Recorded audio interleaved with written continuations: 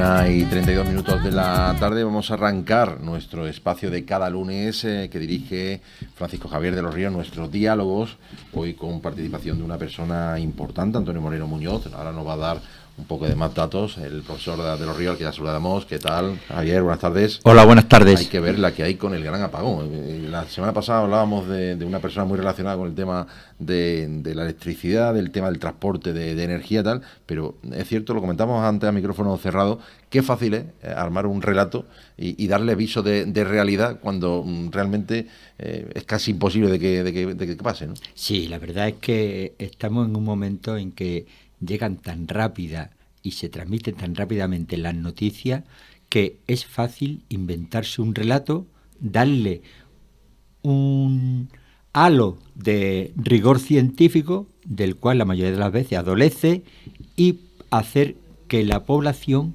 entre en pánico. Y nos vemos como se están agotando electrodomésticos de butano y demás por el miedo al apagón. Pero bueno, creo que eso no va a suceder. Esperemos que no suceda. ¿Quién es Antonio Moreno Muñoz? El profesor de la Universidad de Córdoba, que hoy nos va a visitar a nuestros diálogos, que además está entre los 33 científicos de la Universidad de Córdoba en la lista Stanford, que es una de las más prestigiosas, porque es donde están los científicos más influyentes a nivel mundial, o al menos eso es lo que tenemos entendido, ¿no? Sí, así es. Evidentemente es un privilegio tener con nosotros hoy a Antonio Moreno Muñoz. Es un profesor del Departamento de Ingeniería Eléctrica e Informática de la Universidad de Córdoba, que su formación académica empezó siendo ingeniero técnico industrial en electrónica, después se hizo licenciado en física, en la especialidad de automática y doctorado en Departamento de Informática y Automática por la UNED con el profesor Sebastián Dormido, catedrático del Grupo de Investigación y Desarrollo en Electrónica Industrial e Instrumentación. Desde 1992, que está en nuestra universidad, ha sido director de su departamento, director de un máster de energía renovable.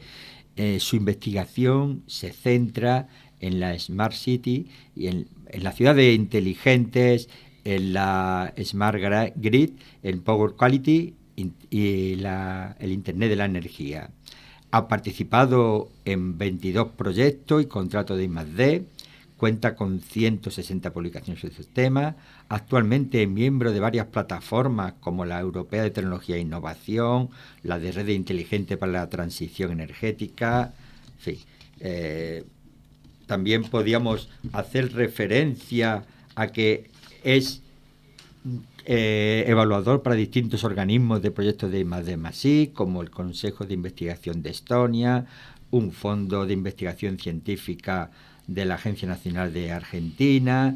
Podríamos seguir así, editor de varias revistas, editor, revisor perteneciente a la Junta de Sección, vinculadas todo con el tema de la energía, como la revista electrónica, la revista E-Prime de Elsevier, la revista Smart City. Y como bien has dicho, para finalizar y no hacer eterno, porque sería casi inviable recorrer todo su currículum, es, como bien has dicho, uno de los 33 profesores de nuestra universidad que están en la lista más prestigiosa a nivel mundial de científicos influyentes del mundo. Bueno, pues vamos a saludarlo porque ya lo tenemos al otro lado del hilo telefónico. Antonio Moreno Muñoz, ¿qué tal? Buenas tardes. Hola, ¿qué tal? Buenas tardes. Encantado de estar con vosotros. Lo primero, agradecerle la presencia en directo de los micrófonos de la cadena SER del Guadiato de Radio Peñarroya en este repaso de su extenso currículum, donde nos quedamos con un dato importante. Uno de los 33 científicos de la Universidad de Córdoba que está en la reconocida lista de Stanford. ¿Cómo se lleva ese tema? ¿Es una responsabilidad? ¿Es un acicate más para seguir la investigación? Bueno, en realidad estas cosas siempre te llegan un poco por sorpresa, ¿no? Y ya el año pasado pues estuvimos en esa lista y bueno, para nosotros es un poco un reconocimiento a la labor, un poco callada en cierto modo, de muchos años y bueno, pues una alegría en definitiva, ¿no? ¿El investigador nace o se hace? Bueno, pues yo creo que hay una cuestión muy importante que no necesariamente tiene que ser para una para una persona que sea solo investigadora, porque es la curiosidad. La curiosidad es lo que impulsa a la persona a hacer cosas, a querer saber por qué pasa esto, por qué esto es así, ¿no? Y entonces eso es lo que mueve, yo creo que a casi todos los investigadores, la curiosidad que no para, ¿no? Ni incluso con los años siempre pues tiene un poco la acicate de aprender otras cosas y de saber alguna cosa más. Buenas tardes, doctor Moreno Muñoz. Es usted el segundo invitado en esta segunda temporada, de la cual estoy seguro que gracias a personas como usted será igual de interesante que la primera. Y haciendo de este humilde programa que nació con una intención de difundir un poco la investigación que se hacía, está haciendo de este programa un gran programa. Por lo tanto, muchísimas gracias por la amabilidad mostrada en todo momento.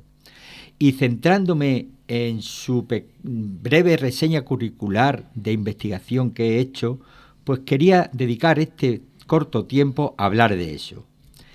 He dicho que, porque así está recogido en su currículum, que su investigación se centra en las ciudades inteligentes desde el punto de vista energético, en las redes de distribución eléctricas inteligentes, en la calidad del suministro eléctrico, en el Internet de la energía. ¿Qué es una ciudad inteligente? Y sobre todo, ¿en qué se centra su investigación en las Smart Cities?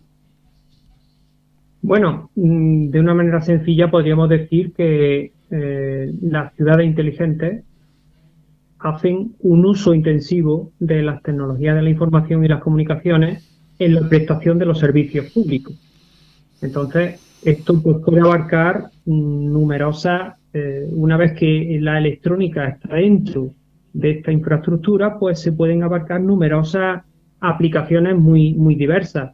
Les podría decir, por ejemplo, en el caso del alumbrado inteligente, pues podemos ser capaces de detectar en una autopista, en una autovía, la presencia de coches, a partir de ahí regular la intensidad de alumbrado para ahorrar energía, por ejemplo, o si, por ejemplo, ocurre que hay un accidente y necesitamos un extra de luz, pues podemos aumentar la iluminación en una zona concreta. Eso podría ser una aplicación típica de una Smart City, o podemos hacer que, por ejemplo, la recogida de basura sea inteligente. Quiere esto decir que a lo mejor los contenedores son capaces de comunicarse. Normalmente cuando hablamos de Smart City, cuando hablamos de TICs, estamos hablando sobre todo de comunicaciones y comunicaciones inalámbricas, ¿no? Entonces, pues a lo mejor un contenedor es capaz de comunicarse con la central y avisar de que está lleno. Entonces, la ruta, por ejemplo, que se hace a la hora de hacer la recogida de basura, pues puede estar determinada por la secuencia de contenedores que estén llenos, y así podríamos también ahorrar dinero y ahorrar energía también, por ejemplo. Interesante. Y bueno, ¿hay algunos epígrafes mínimos que tenga que reunir una ciudad, una comunidad para considerarla inteligente? Normalmente, digamos que ciudad inteligente, incluso podríamos decir que en aspectos de gobernanza, por ejemplo, de ayuntamientos, de entidades públicas, también se habla de ciudad inteligente, pero yo entiendo que el asunto sobre todo es que tengamos unas comunicaciones dispersas masivas, o sea, que tengamos, por ejemplo, un número de nodos de comunicaciones y que eso sea la vía para realizar una serie de servicios que hasta ahora pues no nos podemos imaginar. Imaginemos que si nosotros tenemos una red de comunicación establecida, por ejemplo, entre las farolas de una ciudad, pues a partir de ahí se puede hacer muchas cosas, pues considerando esa infraestructura. Si tenemos esas farolas, pues a lo mejor podemos establecer o hacer una aplicación para que puedan avisar a los ciudadanos de que hay un aparcamiento libre en la zona alrededor de esa farola, por ejemplo. Profesor Moreno, porque al final se trata de optimizar recursos, teniendo el canal comunicativo o la comunicación como principal recurso para adaptar esos medios de los que ya se tienen. Lo que pasa es que entiendo que a lo mejor esto es muy bueno para ciudades medianas o pequeñas, pero ¿para una gran ciudad también es aplicable? Claro, en realidad esto no tiene por qué, no depende nada del tamaño de la ciudad. De hecho, en España hay muchos pueblos que son Smart City. Aquí cercanos, por ejemplo, pues tenemos la Carlota que está haciendo bastantes cosas. Bueno, el pionero quizá en España fue el caso de Málaga. En el año 2008 se lanzó el proyecto Smart City Málaga, que nosotros tuvimos la suerte de participar, un proyecto que lanzó Endesa, y fue un proyecto que se desarrolló o que fue el punto de inicio del desarrollo de todo lo que sería el barrio de la Playa de la Misericordia de Málaga. O sea que en este caso fue una aplicación muy ligada a aspectos energéticos, pero podemos decir que fue uno de los pioneros a nivel mundial, y Málaga se posicionó desde ese momento como una de las ciudades más preponderantes desde el punto de vista de la innovación, ¿no? Entonces, ¿podría ser Málaga una ciudad a imitar como ciudad inteligente?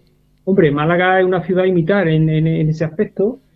Hay otras ciudades en España, pero la pionera fue Málaga y digamos que ellos siguen lanzando proyectos relacionados con estas tecnologías.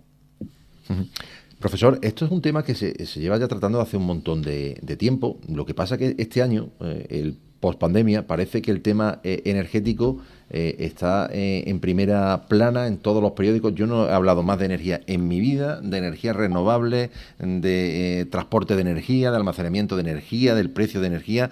Estamos haciendo todo un máster en la energía. Tan importante es la energía para el devenir de nuestro día a día, que evidentemente lo es, pero hasta ahora mismo solamente lo conocíamos a nivel de usuario, ¿no? Que llegaba a tu casa y tenía la luz, pero tan importante es poder esos recursos de alguna manera gestionarlos bien. Claro, en realidad la energía es fundamental. Ahí podemos decir casi que si hay un problema energético en un país o en una zona, por seguro que eso atrae, eso significa que ese país es pobre. O sea que la situación energética es uno de los elementos claves para determinar luego cómo se va a desarrollar una sociedad en otros aspectos. Y una pregunta, ¿es posible imaginar hasta dónde se llegará en esto de la ciudad inteligente, que hasta hace poco tiempo realmente era ciencia ficción?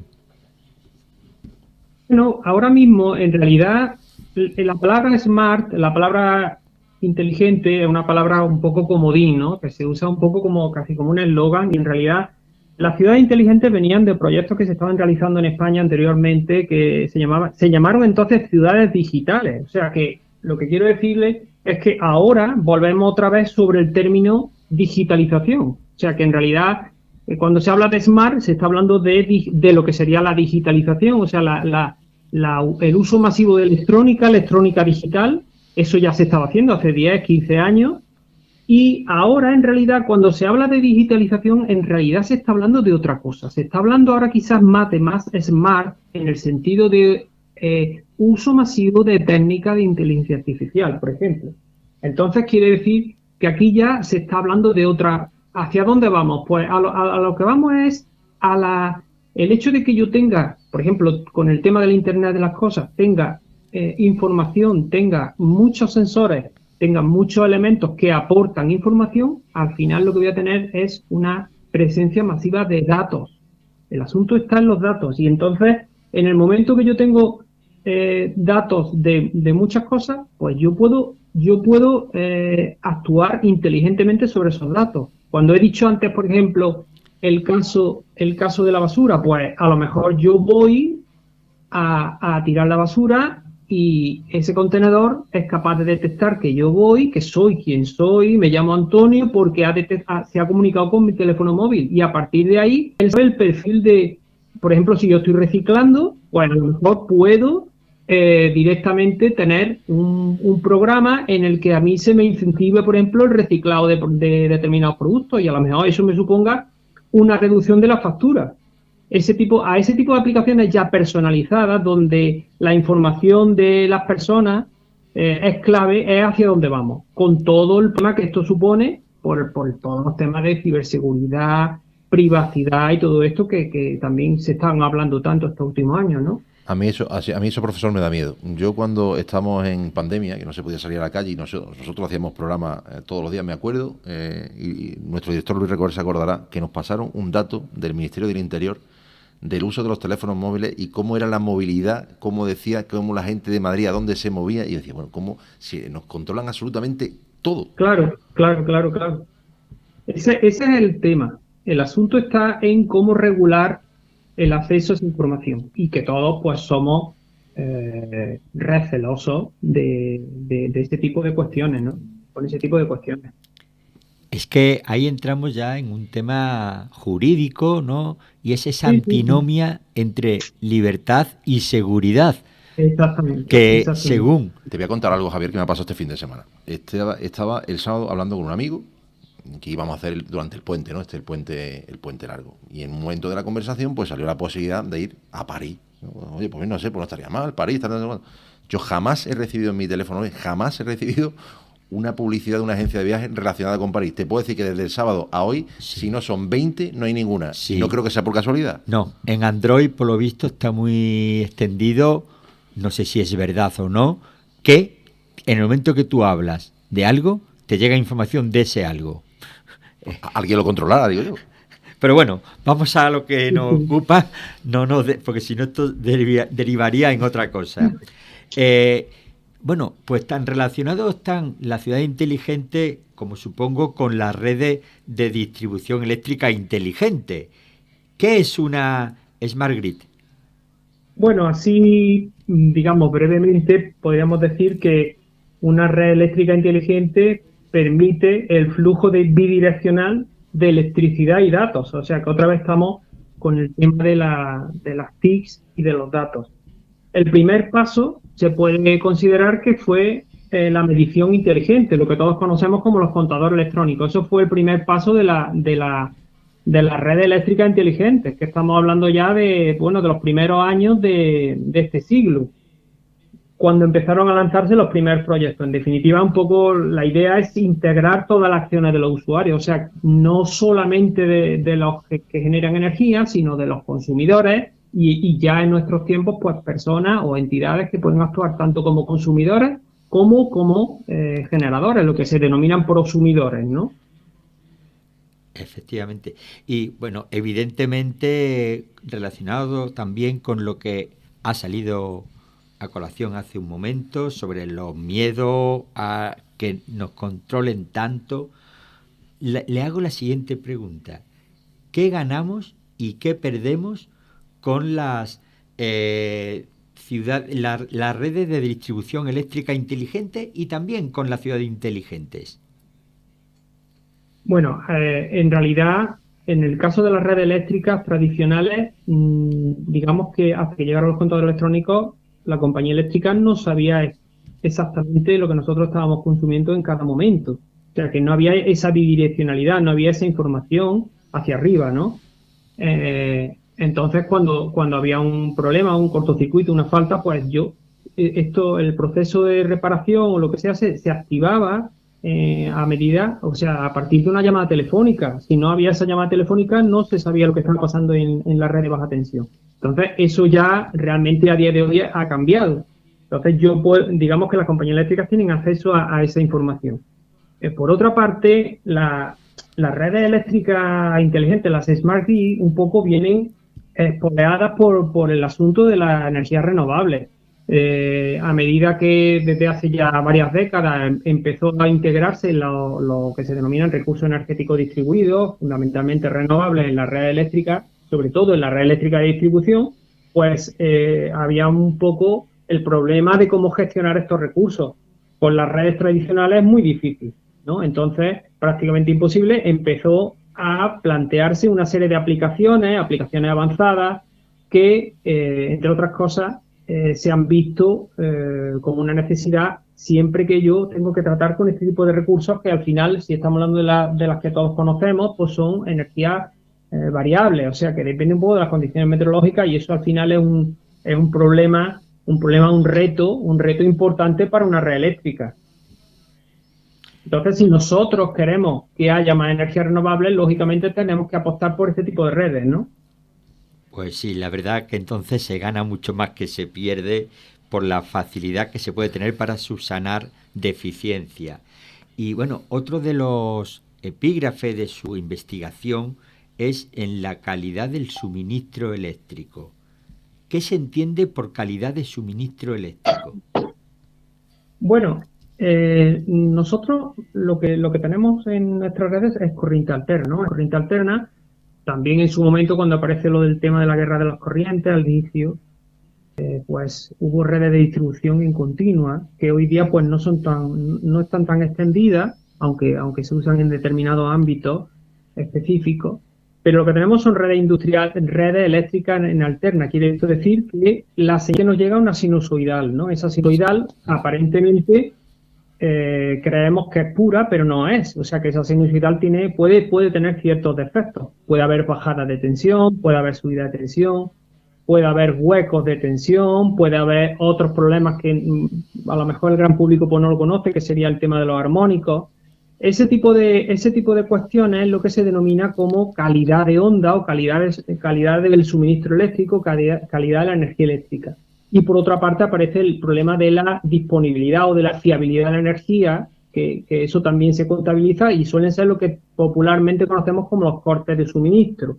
Entonces, todas estas cuestiones pues están, digamos, relacionadas con la calidad del servicio que se presta al ciudadano, ¿no? Desde el punto de vista de la red eléctrica. Entonces, la principal causa de que hubiese una mala calidad de suministro puede ser el consumo puntual.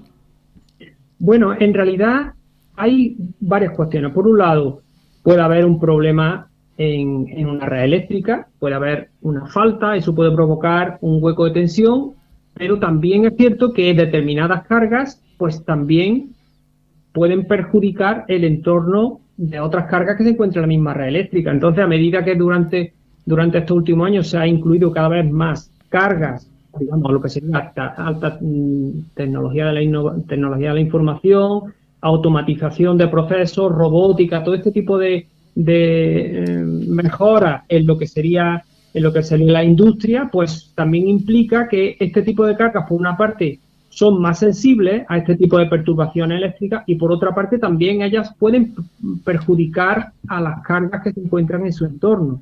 Con lo cual, digamos que el problema en los últimos años quizás se ha visto un poco, se incrementa por el tipo de, porque ya es que todas las cargas que nos rodean son cargas electrónicas, ¿no? Uh-huh.